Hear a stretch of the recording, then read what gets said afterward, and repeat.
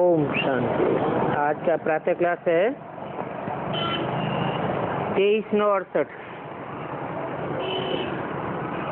रूहानी बच्चों प्रति रूहानी बाप बेट समझा रहे हैं। ये जो 84 के चक्र का ज्ञान समझाया जाता है,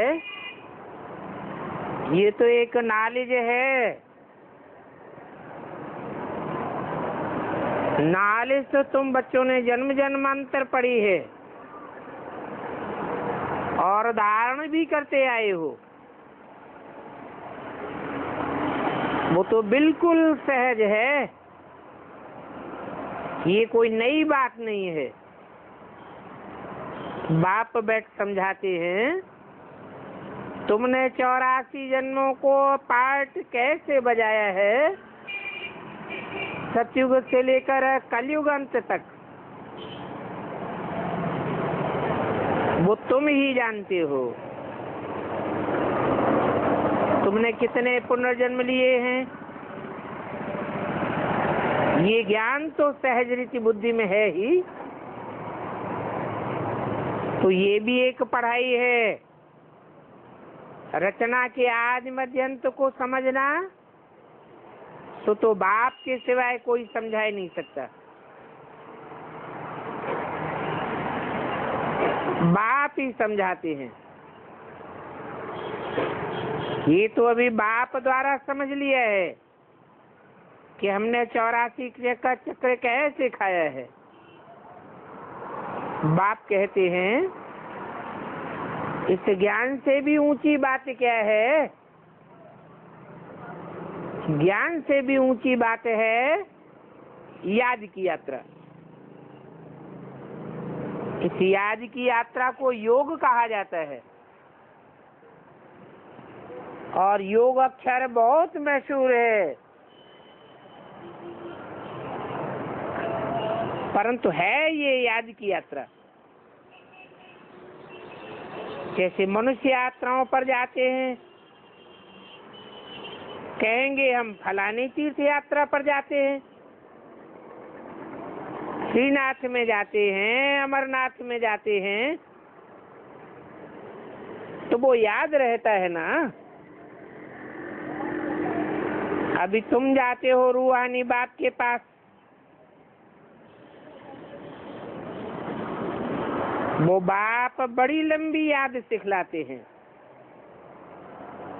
कहते हैं मुझे याद करो। उन यात्राओं से तो फिर लौट आते हैं।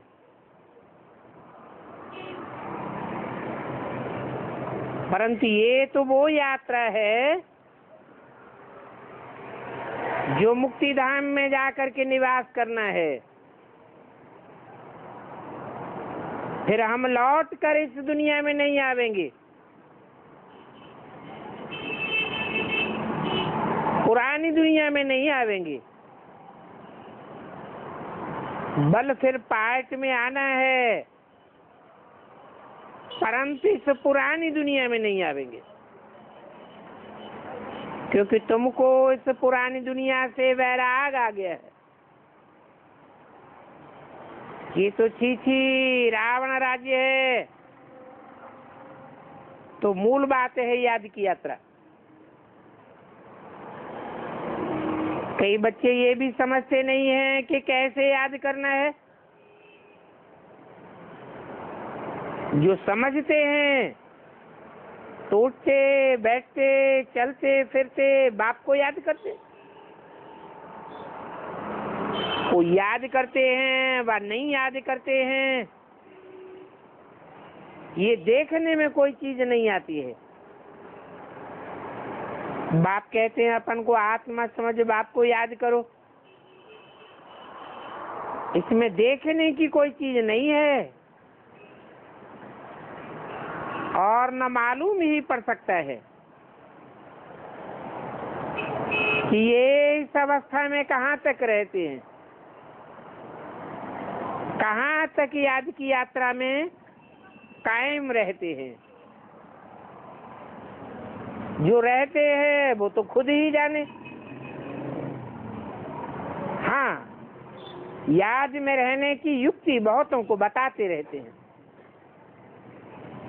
कल्याणकारी बाप ने समझाया है, अपन को आत्मा समझ शिव बाबा को याद करो, बल अपनी भी सर्विस करते रहो। जैसे मिसाल देते हैं, ये जयराम है, पहरे पर रहता है, चक्कर लगाता रहता है। इनको तो याद में रहना बड़ा सहज है, सिवाय बाप की याद के और कुछ भी याद नहीं आना चाहिए। बाबा तो मिसाल दे करके बतलाते हैं। इस याद की यात्रा में ही आवे जावे। जैसे पादरी लोग जाते हैं, कितना साइलेंस में जाते हैं, तो तुम बच्चों को भी बड़े प्रेम से बाप को और घर को याद करना है। हाँ, ये मंजिल बहुत भारी है। भक्त लोग भी यही पुरुषार्थ करते रहते हैं, परंतु उनको ये पता नहीं है कि हमको वापस जाना है। वो तो समझते हैं जब कलयुग पूरा होगा तब जावेंगे। उनको ऐसे सिखलाने वाला तो कोई है ही नहीं, और तुम बच्चों को तो सिखलाया जाता है।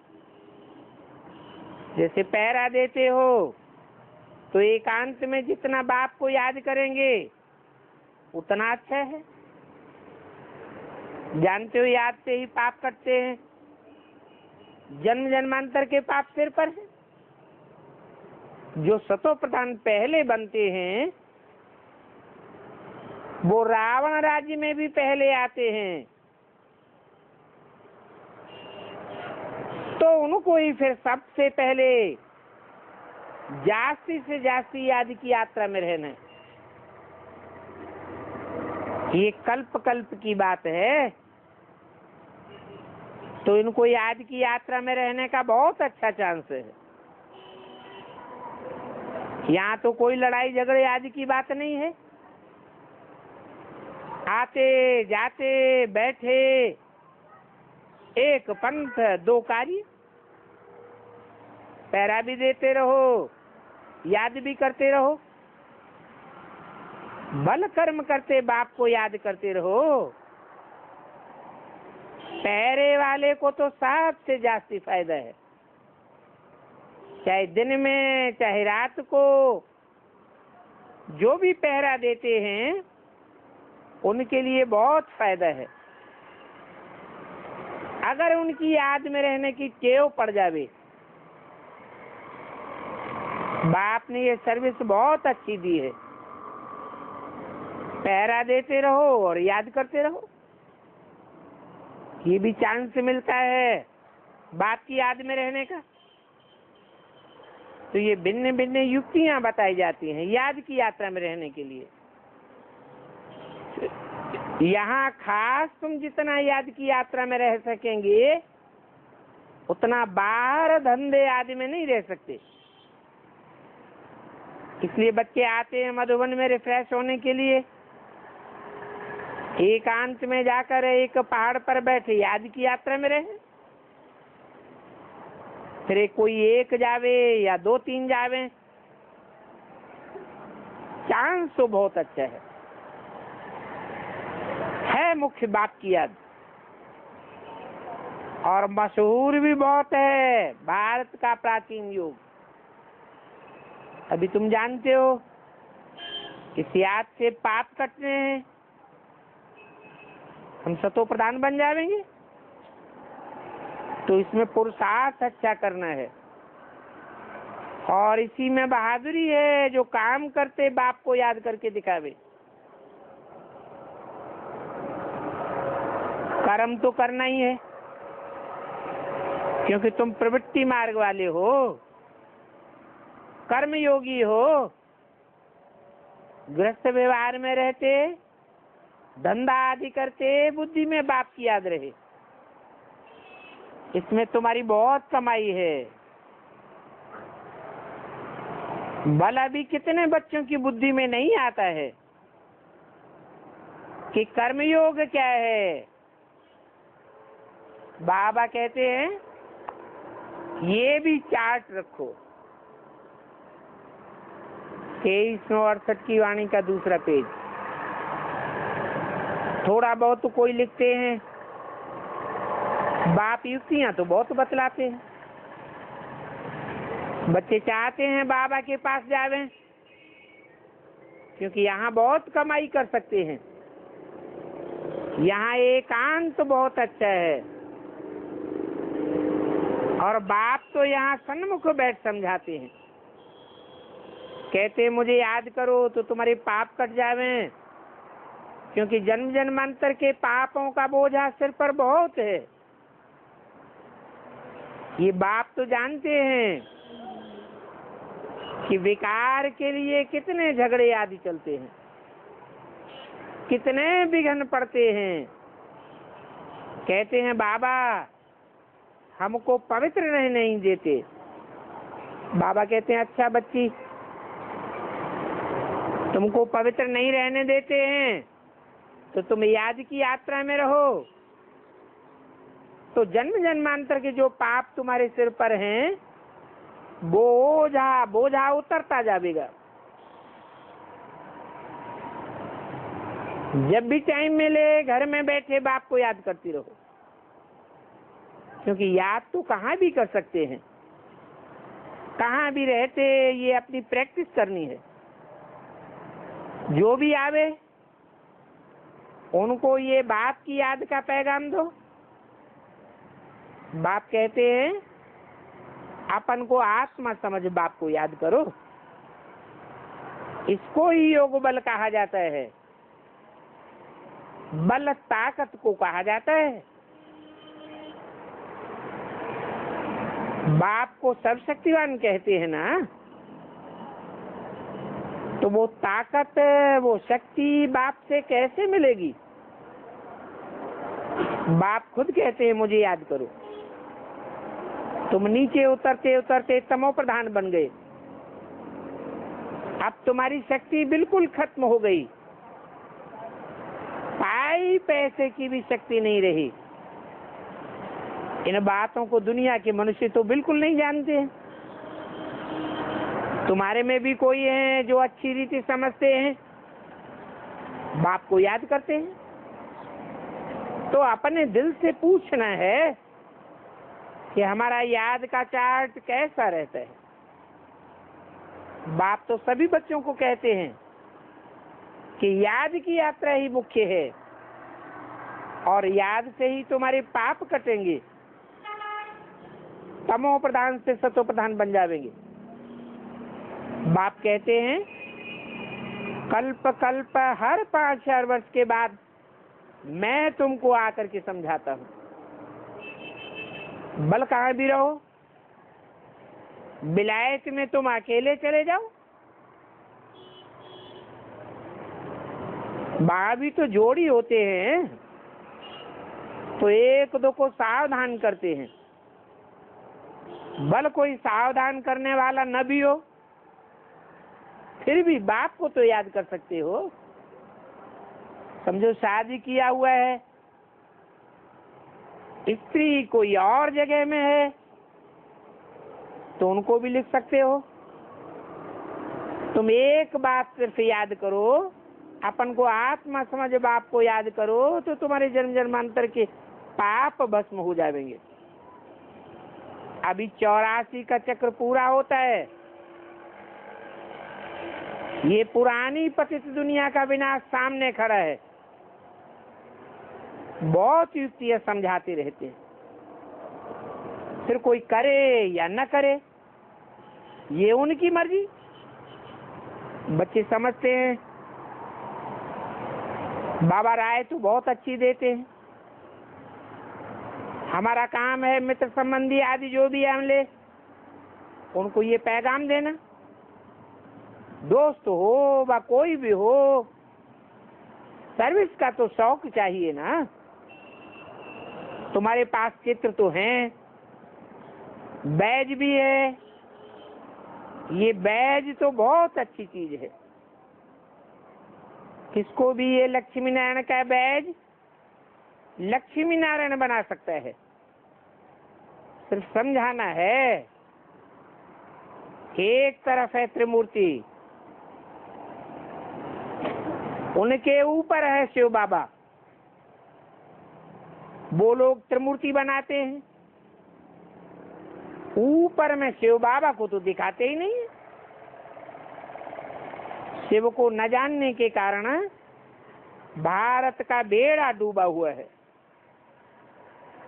अभी तुम समझाते हो कि सबसे पहले तो है परमपिता परमात्मा शिव। वो परमपिता परमात्मा रचयिता है, उसके द्वारा ही भारत का बेड़ा पार होता है। वो लोग तो त्रिमूर्ति का अर्थ भी नहीं समझते हैं। तो देखो ये भी ड्रामा बना हुआ है। पतित बनते हैं तो फिर पुकारते रहते हैं, कहते हैं हे पतित पावन आकर के पतितों को पावन बनाओ। तुम जानते हो ये सारी दुनिया पतित है। कितनी पाई पैसे की भूल है, और बिल्कुल साधारण भूल है। जैसे बाप बैठ समझाते हैं वैसे तुमको भी भाषण करना है। बल बच्चे सर्विस करते रहते हैं, ड्रामा प्लान अनुसार ऐसे ही चलता आया है। बाप भी डायरेक्शन देते रहते हैं, ऐसे ऐसे म्यूजियम खोलो, सर्विस करो तो बहुत आवेंगे। सर्कस वाले होते हैं, वो भी तो पहले बड़े बड़े शहरों में सर्कस खोलते हैं ना। उनके पास कितना सामान रहता है, आसपास के गांव से लोग देखने के लिए आते हैं। इसलिए बाबा कहते हैं तुम भी ऐसा खूबसूरत म्यूजियम बनाओ कि जो आवे वो देख करके खुश हो जावे और फिर औरों को जाकर के सुनावे। ये भी समझते हो जो कुछ भी सर्विस होती है कल पहले ही मिसल होती रहेगी, परंतु सतो प्रधान बनने का होना बहुत रखना है। इस बात में ही बच्चे गफलत रखते हैं। माया बिघन ऐसे डालती है कि याद में रहने नहीं देती। तो अपने दिल से पूछना है, हमको इतना शौक है, हम सेवा के लिए इतनी मेहनत करते हैं, जैसे बाप समझाते हैं, ज्ञान की बातें ही तो समझाते हैं, है तो कॉमन बात। बाप बगैर ये 84 का चक्र कोई भी नहीं समझा सकता। बाकी याद की यात्रा मुख्य है। पिछाड़ी में ऐसी याद की यात्रा परिपक्व हो जाए जो कोई भी याद न आए सिवाय एक बाप के। डायरेक्शन तो बाप पूरी रीति देते हैं, बल माया अपोजिशन करती है, क्योंकि मुख्य बात तो याद करने की है। तो ये याद की यात्रा भी सभी कोई नहीं सिखला सके, वो जानते ही नहीं है। और तुम तो जानते हो तो कोई को भी समझा सकते हो। बल कोई भी हो, तुम उनको सिर्फ ये बैज दिखाओ, और कोई के पास ये अर्थ सहित ऐसा मेडल नहीं होता है। मिलिट्री वालों को मेडल बहुत मिलते हैं ना, जो अच्छा काम करते हैं उनको मेडल देते हैं इनाम में। तो तुम्हारी बुद्धि रूपी पॉकेट में ये मेडल हमेशा पड़ा रहे, राय साहब हो या कोई भी हो, उनको मेडल तो मिला है, सभी देखेंगे। इनको वाइसराय से टाइटल मिला है। आगे वाइसराय आदि होते थे, उनको क्वीन अपॉइंट करती थी। 2368 की वाणी का 3रा पेज। अभी तो उनके पास ही कोई पावर्स नहीं है। अभी कितने झगड़े टंटे आदि लगे पड़े हैं। पानी के लिए झगड़ा, जमीन के लिए झगड़ा। वहां नई दुनिया में तो ढेर जमीन होगी। आगे तो जमीन बहुत सस्ती थी। अभी देखो जमीन कितनी महंगी हो गई है। इस समय जमीन की बहुत कीमत है, क्योंकि मनुष्य ही बहुत हो गए हैं। तो उनके लिए जास्ती जमीन जरूर चाहिए, शहरों में भी चाहिए। लोग जंगल में रहने से तो डरते हैं, परंतु कितने ढेर मनुष्य हो गए हैं। अभी तुम बच्चे जानते हो कि बाबा स्वर्ग की स्थापना कर रहे हैं, तो इतने ढेर सारे मनुष्य खलास हो जाएंगे, बाकी कितने थोड़े जाकर के रहेंगे। वहां कितनी ढेर की ढेर जमीन होगी और वहां सभी कुछ नया होगा। 5 तत्व भी सतो प्रधान होंगे, खानियां आदि सभी नई हो जाएंगी। तो उस नई दुनिया में चलने के लिए तुम बच्चों को अच्छी रीति पुरुषार्थ करना है। हर एक मनुष्य पुरुषार्थ करते हैं उच्च पद पाने के लिए, कोई नहीं करते हैं तो सब समझते हैं ये नापास हो जाएंगे। खुद भी समझते हैं कि हम फेल हो जाएंगे, फिर पढ़ाई आदि को छोड़ करके नौकरी आदि में लग जाते हैं। आजकल तो नौकरी में भी बहुत कड़े कायदे निकालते रहते हैं। नौकरी करने वाले भी बहुत दुखी हैं। अभी बाबा तुमको ऐसा रास्ता बताते हैं जो 21 जन्म तुमको का दुख का नाम निशान नहीं होगा। बाप कहते हैं सिर्फ बाप की याद की यात्रा में रहो, जितना हो सके उतना रहो। रात को याद में रहना बहुत अच्छा है। बल लेटे लेटे याद करते रहो। कोई को नींद आ जाए तो फिर जाकर के याद करो। कोई बूढ़ा होगा, जास्ती बैठ नहीं सकेगा, तो जरूर सो जाएगा। अच्छा, सोए सोए बाप को याद करते रहो। ये पक्की कमाई है, इसमें कभी भी झुटका नहीं आवेगा। कोई जवान है, उठ करके याद में बैठेंगे, उनकी याद अगर लग गई तो फिर सोने की भी दिल नहीं होगी, बड़ी खुशी अंदर में होती रहेगी, क्योंकि कमाई बहुत बहुत होती है ना। अभी तुम समझते हो टाइम पड़ा हुआ है, परंतु मौत का तो कोई ठिकाना नहीं है।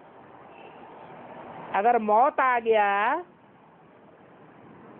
तो फिर नई जगह जन्म लेंगे। 5-7 साल तो कुछ भी नहीं समझ में आवेगा, टाइम वेस्ट हो जाएगा। तो बाप समझाते हैं, मूल बात याद की यात्रा की है। बाहर शहरों में तो बहुत मुश्किल है, कितनी आवाज हो जाती है। यहाँ बच्चे आते हैं तो बहुत अच्छा चांस मिल जाता है, कोई फिक्रात की बात नहीं। इसलिए यहाँ बाप के पास आकर के अपना चार्ट बढ़ाते रहो। इससे तुम्हारे कैरेक्टर्स भी बहुत अच्छे होते जाएंगे, सुधरते जाएंगे। परंतु माया बड़ी दुस्तर है।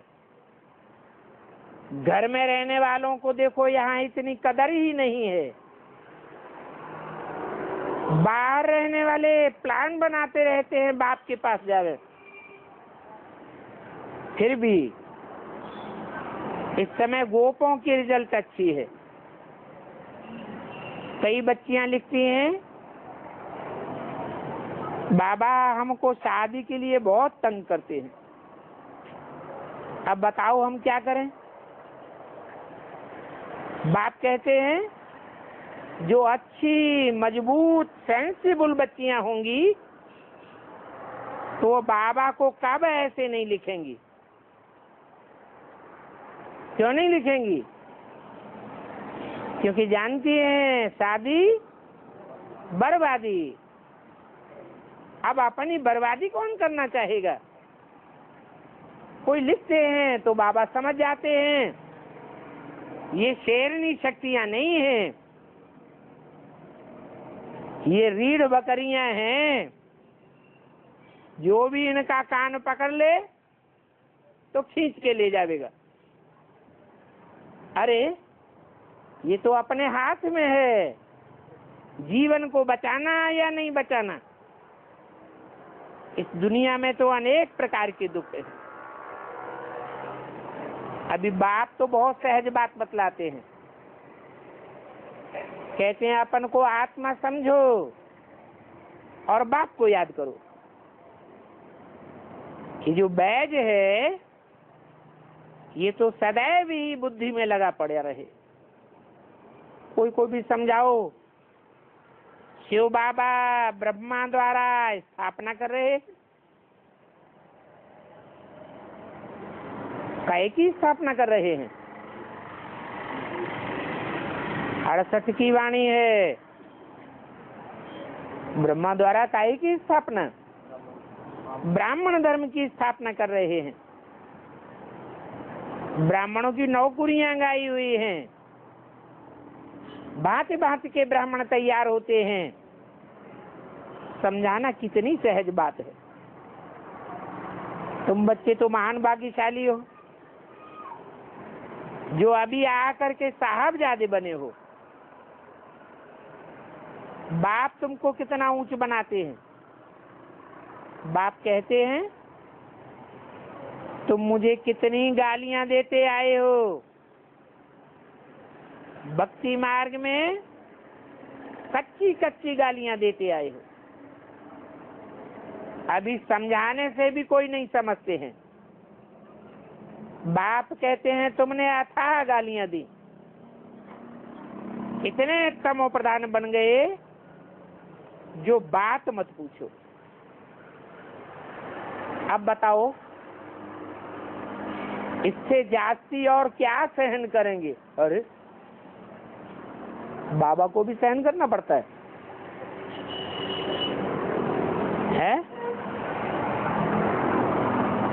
इतनी गालियां दी बच्चों ने तो बाबा को सहन करना पड़ता है क्या? कहते हैं ना, अगर जास्ती तंग करेंगे तो खलास कर दूंगा।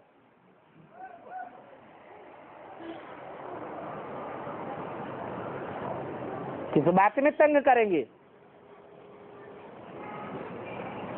है सबसे मुख्य बात कौन सी है? जो बाप को गालियां लगती है सर्वव्यापी की, संगम युग में ही शूटिंग करते हैं। किस बात की? बाप जो एक मुकर्रर रथ में आता है उसको सर्वव्यापी समझने की भूल कर बैठते हैं। एक व्यापी नहीं है तो जरूर सर्वव्यापी हो, बुद्धि में बैठ जाता है। कितनी पार्टियां आदि बनाते रहते हैं, कितने भगवान हो जाते हैं।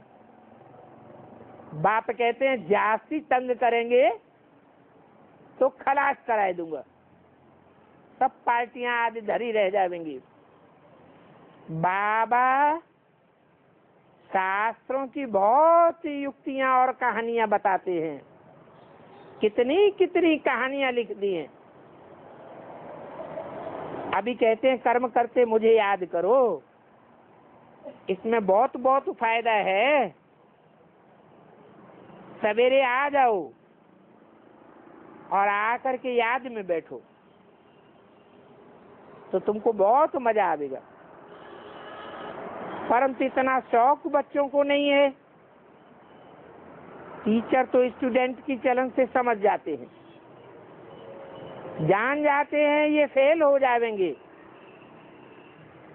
बाप भी समझते हैं ये फेल हो जाएंगे, और सो भी कल्प कल्पांतर के लिए फेल होते रहेंगे। भल कोई भाषण करने में तो बहुत होशियार है,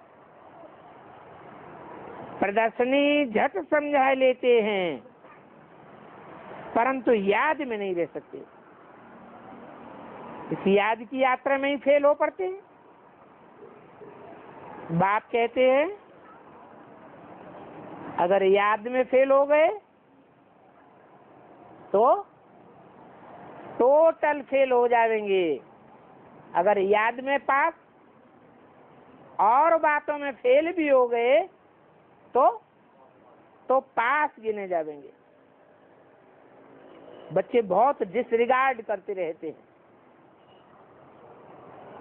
अपना ही डिसरिगार्ड करते हैं। शिव बाबा को तो डिसरिगार्ड होता ही नहीं है, अपना ही करते हैं। ऐसे कोई नहीं कह सकता कि हमको याद करने की फुर्सत नहीं है। बाबा इस बात को मानेंगे नहीं। अरे मन बुद्धि का काम है याद करना, मुझे याद नहीं करेंगे तो कोई न कोई को तो बुद्धि याद करती रहेगी। बाप कहते हैं तुम टट्टी करने जाओ, स्नान करो, फिर भी याद कर सकते हो। याद करने में कोई टाइम की बंदिश नहीं है और कोई भी स्थान की भी बंदिश नहीं है। गटर लाइन में घुसा हुआ आदमी गटर लाइन की सफाई करता है, चाहे तो वहां भी बाप को याद कर सकता है, बहुत बहुत कमाई होगी।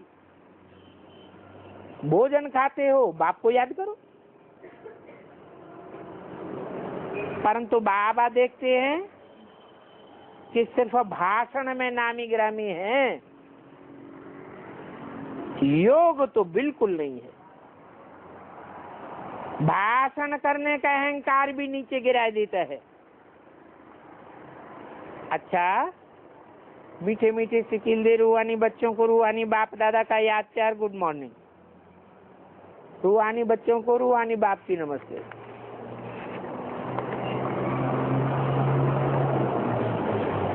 छोटा सा रात्रि क्लास है,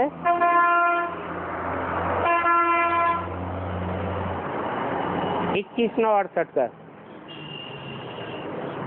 मूल बात है निर्विकारी दुनिया और विकारी दुनिया का कंट्रास्ट समझने की। कैसी कैसी दुनिया? विकारी। कारी माने कार्य करने वाली। कैसा कार्य करने वाली? वे माने विपरीत। भगवान ने जो कार्य करने के लिए श्रीमत दी, उस श्रीमत के अनुकूल काम नहीं करते हैं। क्या करते हैं? और ही विपरीत कार्य करते हैं। उसको कहा जाता है विकारी दुनिया। और फिर निर्विकारी दुनिया। ऐसी दुनिया जहाँ कोई भी विपरीत कार्य नहीं होता। जो भी कार्य करेंगे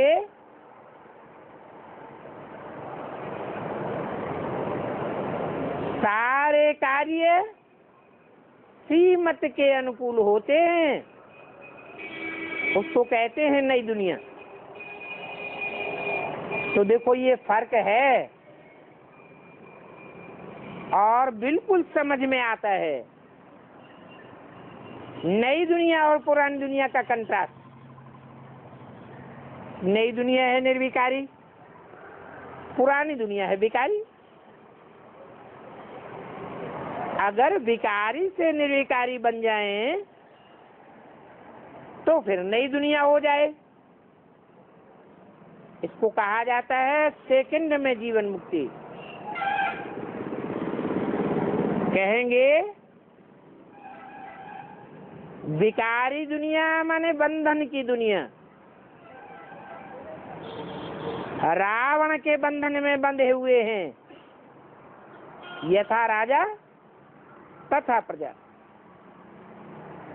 समझना है बहुत सहज। शायद किसको समझाना है वो तो सहज है,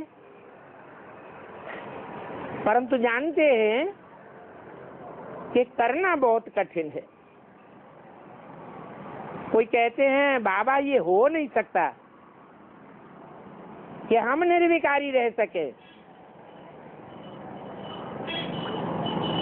जो कहते हैं कि हम घर गृहस्थ में रह करके, कीचड़ की दुनिया में रह करके, पुरानी दुनिया में रह करके निर्विकारी नहीं रह सकते, बाबा समझ जाते हैं ये निवृत्ति मार्ग वाले सन्यासी हैं। प्रवृत्ति मार्ग वाले नर नारी भी थे, उनको लक्ष्मी नारायण कहा जाता है। वो पवित्र थे, यथा राजा रानी तथा प्रजा कहा जाता है। तुम्हारे पास तो उनके चित्र भी हैं, उन चित्रों पर तुम उनके चरित्र को समझा सकते हो। इस समय की यादगार हैं वो चित्र, सत्युग त्रेता की। सत्युग त्रेता में अच्छे कर्म हुए तो बड़ी बात नहीं। इस विकारी दुनिया के अंदर रहते हुए भी कोई निर्विकारी बन करके दिखावे, कीचड़ में रहते हुए भी निर्विकारी बन करके दिखावे, ये बड़ी बात है। उनके चित्र हैं तुम्हारे पास, जो उनके चरित्र को दिखाते हैं, उनसे चित्र हैं। विष्णु की शेष सैया इस बात की यादगार है।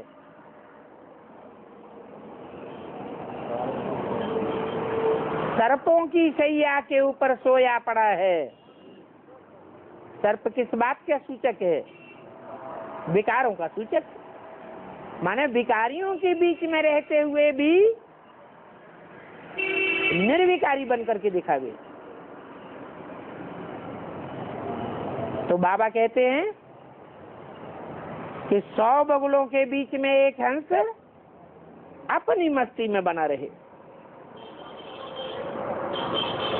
अभी इस दुनिया में सब विकारी हैं, तो उनको देवी देवता नहीं कहा जा सकता। समझानी तो बहुत सहज है मनुष्यों के लिए। और इन विकारी मनुष्यों को पवित्र भी भगवान ही बनावेंगे। इसीलिए तो सारी दुनिया भगवान को याद करती है।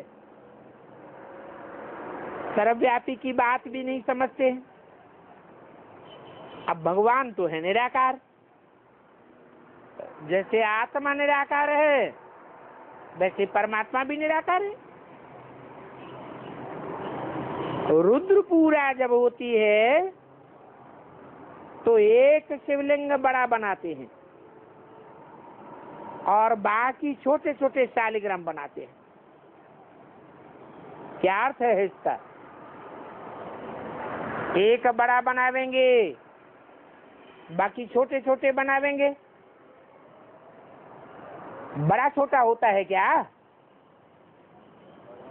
आत्मा और परमात्मा दोनों ही बिंदी, बड़े छोटे की तो बात ही नहीं है। तो क्यों बड़ा छोटा बनाते? कहाँ की यादगार है? जरूर कहेंगे कि संगम युग पर जिन मनुष्य आत्माओं ने निराकारी स्टेज में रहने की थोड़ी मेहनत की, थोड़ी स्टेज धारण की है, तो उनको छोटा छोटा बनाते हैं। एक रुद्र को बड़ा बनाते हैं, उसको कहेंगे रुद्र भगवान। शालिग्राम को भगवान नहीं कहेंगे। तो ऐसे ऐसे बहुत पॉइंट्स हैं। भगवान एक ही होता है, अनेक भगवान नहीं है। भगवान सर्वव्यापी नहीं है जो अनेक हो जाए, वो तो एक ही मुकर्रर रथ में आता है। हाँ, कोई को समझाने के लिए एकांत चाहिए। एकांत में ले जाकर के समझावेंगे तो समझेंगे। तुम जानते हो कि बाप ही स्थापना करने आते हैं, तो अनेक बार कल्प कल्प आकर के स्थापना की है। जैसे पहले की है वैसे अभी भी कर रहे हैं। बच्चे जानते हैं आदि सनातन देवी देवता धर्म की स्थापना हो रही है, और ये स्थापना होती भी है ब्रह्मा द्वारा।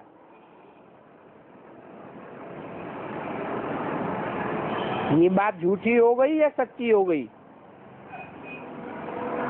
है? आदि सनातन देवी देवता धर्म की स्थापना ब्रह्मा द्वारा। ब्रह्मा ने तो शरीर छोड़ दिया, तो बात झूठी हुई या सच्ची हुई है? सच्ची हुई। कैसे? ब्रह्मा गया कहाँ? कहाँ है? तुम्हारे पास बैठा है क्या? हमारे पास है? तो कहीं नहीं। अरे ब्रह्मा को तो 4 मुख 5 मुख दिखाते हैं, पंचानन चतुरानन कहते हैं। तो ब्रह्मा का कोई एक रूप नहीं है। कितने रूप हैं? अनेक रूप हैं। ब्रह्मा अनेकों के नाम है, परंतु एक ब्रह्मा ऐसा है जिसमें भगवान मुकर्रर रूप से आते हैं, मुकर्रर रूप से पाठ बजाते हैं। आज में भी था, अभी भी है, और अंत में भी रहेगा। देवी देवता सनातन धर्म की स्थापना उस प्रजापिता ब्रह्मा के द्वारा ही स्थापन होगी, तो जरूर देवता बनते होंगे। बनाने वाला जरूर चाहिए। इंजीनियर बनावेगा, प्रोफेसर बनावेगा, डॉक्टर बनावेगा, तो देवता कौन बनावेगा? भगवान बनावेगा। भगवान भगवती बनावेगा। देवता बनाने के लिए कौन चाहिए? देवता चाहिए। तो कहते हैं देव महादेव।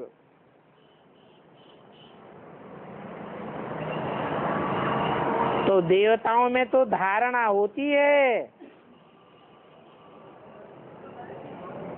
ब्राह्मणों का घराना डायनेस्टी नहीं कही जाती है,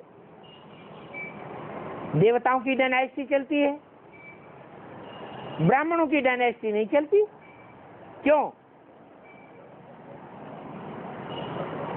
कोई कारण होगा, क्यों नहीं चलती है?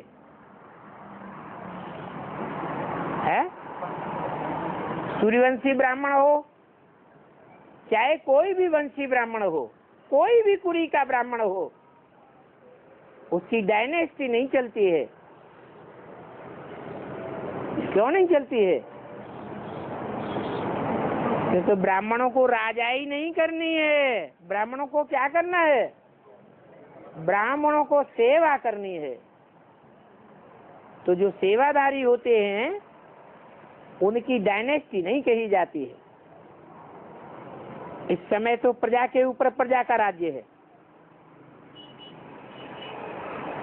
ब्राह्मणों की राजधानी होने की बात ही नहीं है। असल जो क्रिश्चियंस हैं वो तो सदैव क्राइस्ट को ही मानते हैं। दूसरे धर्म के जो फॉलोअर्स हैं धर्म पिताओं के, वो कभी कन्वर्ट होते हैं क्या? कभी कन्वर्ट नहीं होंगे। कन्वर्ट कौन होते हैं? जो देवी देवता सनातन धर्म के ब्राह्मण थे, जो अभी ब्राह्मण बन रहे हैं, वो ही कन्वर्ट होते हैं। जो दूसरे फिर अलग अलग हो गए, वो धर्म को ही नहीं मानते हैं तो अपने धर्म को भूल गए। बाप कहते हैं अभी पवित्र बनो, तो तुम पवित्र देवताओं की दुनिया के मालिक बन जाएंगे। इसमें कोई धांधली की बात नहीं है। बाप के समझाने से बुजुर्ग बन जाएंगे। बुजुर्गों का असर पड़ जाता है। बुजुर्गों की बात सब कोई मान लेते हैं, आखिरी तो समझ ही जाएंगे। तो समझने वाले धांधली छोड़ देंगे। यहाँ आकर के प्रतिज्ञा भी करते हैं, बाबा हम आपकी श्रीमत पर चलेंगे। अंजाम करते हैं, निश्चय पत्र लिख करके देते हैं, कहते हैं हम बेहद के बाप के सामने प्रतिज्ञा करते हैं। परंतु फिर माया ऐसी है जो दिमाग सारा ही गुम कर देती है। गुस्से में आते हैं तो कहते हैं चमाट ऐसी लगाऊंगा जो पट्ट में जाकर के गिरोगे।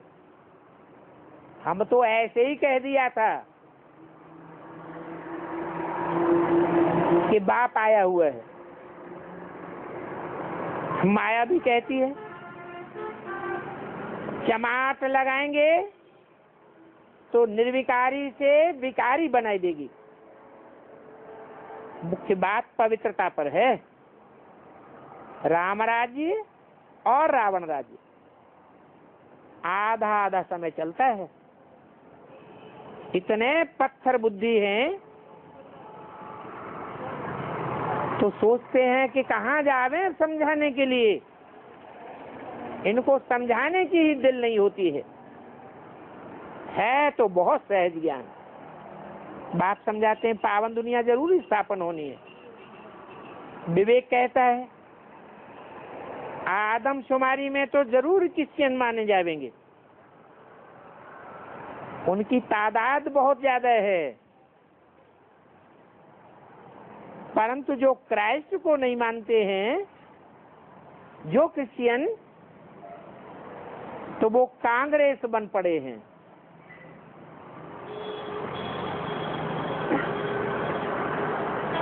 क्या बन पड़े? वो कोई धर्म पिता को नहीं मानते, कोई धर्म को नहीं मानते। कहते हैं हमारा धर्म निरपेक्ष राज्य है, हमें कोई धर्म की अपेक्षा नहीं है, राजा रानी ही नहीं। अब रसिया भी तो क्रिश्चियन है, वहां भी राजा रानी नहीं है। सब राजाओं को उड़ा दिया, कत्लेआम कराए दिया। कितने छी बन गए। राजा रानी प्रजा के मुंह पड़ जाते हैं। बच्चे जो अच्छे अच्छे समझदार हैं दैवी गुण धारण करते रहते हैं, दैवी गुण धारण तो कर रही है, और फालतू किसी को दुख नहीं देना चाहिए। अपना पोता मेल दिखाओ, बाबा को बताओ कि सारे दिन में हमने किसी को तंग तो नहीं किया, दुख तो नहीं दिया। तुम बच्चे तो सुख देने वाले हो, दुख देंगे तो क्या अंजाम होगा? दुखी होकर के मरेंगे, और सुख देंगे तो अंतमते तो गते हो जाएगी। सुखी होकर के मरेंगे तो सुख की दुनिया में जन्म लेंगे। तुम तो दुख या माया को भगाने वाले हो, परंतु सारा मदार पवित्रता पर है। पवित्रता है तो सुख शांति भी होगी, अपवित्रता है तो दुख अशांति। अभी फिर शांति के लिए बाप कहते हैं पवित्र बनो, कहते हैं काम महाशत्रु, उनको भी जीतना है। भगवान खुद कहते हैं काम महाशत्रु को जीतो तो जगत जीत बन जाएंगे। कितना सहज समझाने की बात है, फिर भी ठहर नहीं सकते हैं। हो सकता है आगे चल करके ठहर भी जाएं। बुलाते हैं पतित पावन बाबा आओ, जब बाबा आते हैं तो देखो बच्चे कितनी धांधली करते हैं, सच्ची बात भी समझना नहीं चाहते। जो बाबा के बच्चे हैं वो तो पुरुषार्थ करते रहते हैं, बाबा के पास युक्तियां भी बड़ी अच्छी है। कहते मुझे याद करो तो पवित्र बन मेरे पास आ जाएंगे। पवित्रता के बीच में कोई भी अपवित्र काम नहीं करो। भगवान बाप समझाते हैं, तो जब भूल हो जाए तो अपना कान पकड़ना चाहिए। अरे ये तो बेहद का बाप कहते हैं, कान पकड़ो। फिर कब ऐसा काम नहीं करूंगा, नहीं तो मुफ्त में घाटा पड़ जाएगा। परंतु ऐसी आदत होती है जो बार बार वही काम हो जाता है। माया भूलें कराती रहती है, तो कहेंगे ये तो बच्चे हैं, बुद्धि बच्चा बुद्धि है। छोटे छोटे झाड़ झट गिर पड़ते हैं, जो पक्के पक्के हो जाते हैं वो तो ठहर जाते हैं। अच्छा, बच्चों को गुड नाइट और नमस्ते।